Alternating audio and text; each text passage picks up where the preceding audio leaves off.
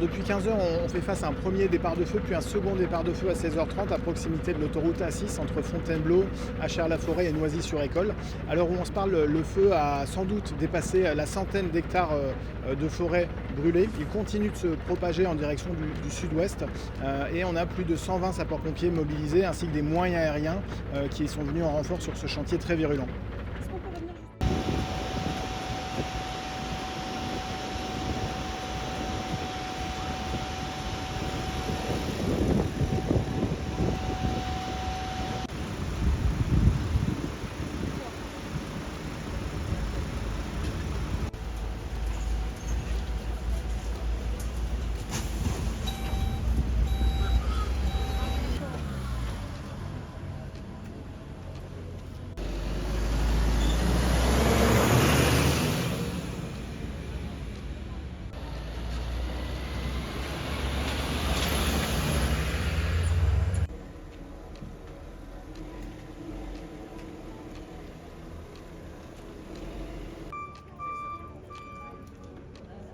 Encore venu vous chercher.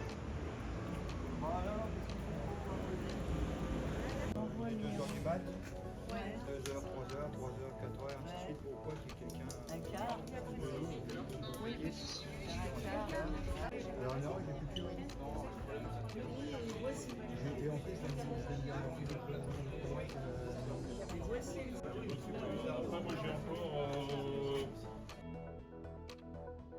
Ça te parle hein? Non, Les sont passés dans l'ordre, elles ont été faites correctement ces évacuations et les couchages, c'est des communes, la solidarité des communes a joué. Ici vous êtes à la salle polyvalente du Vaudoué qui recense les personnes qui ont été évacuées et qui donc on fait un suivi de traçabilité entre elles pour savoir où elles sont parties tout simplement.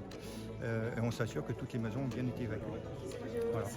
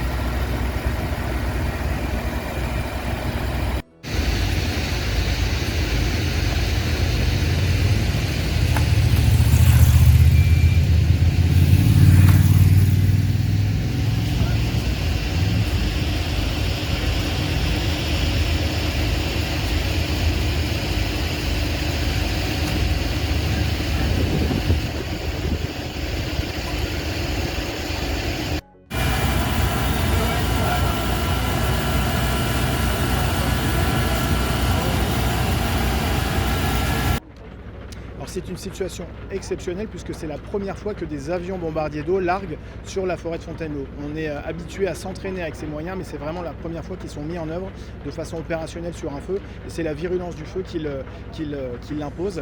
Ces moyens, ces avions, ils viennent de Bordeaux et de Nîmes. C'est les moyens qui interviennent habituellement sur le sud de la France. On a également le concours.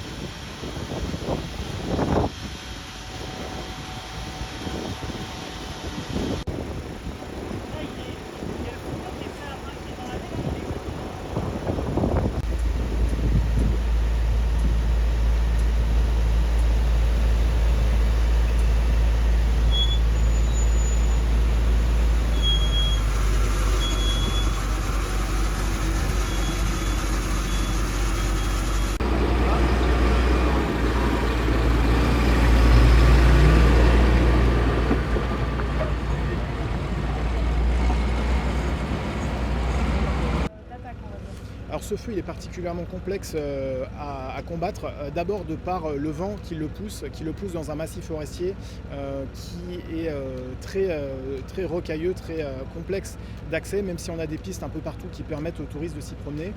Les véhicules de sapeurs-pompiers ont beaucoup de mal à rentrer dans le massif et à pouvoir se déplacer.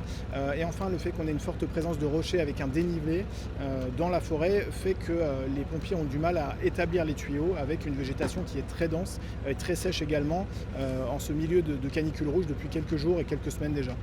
L'impact.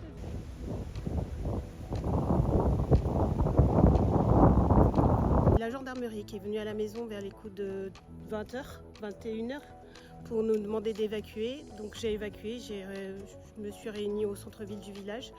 Et après, au centre-ville du village, une mère m'a informé que ma maison risquait d'être touchée, qu'il fallait ouvrir le portail pour donner accès aux pompiers à l'eau. J'ai une piscine, donc ils peuvent se servir dans ma piscine.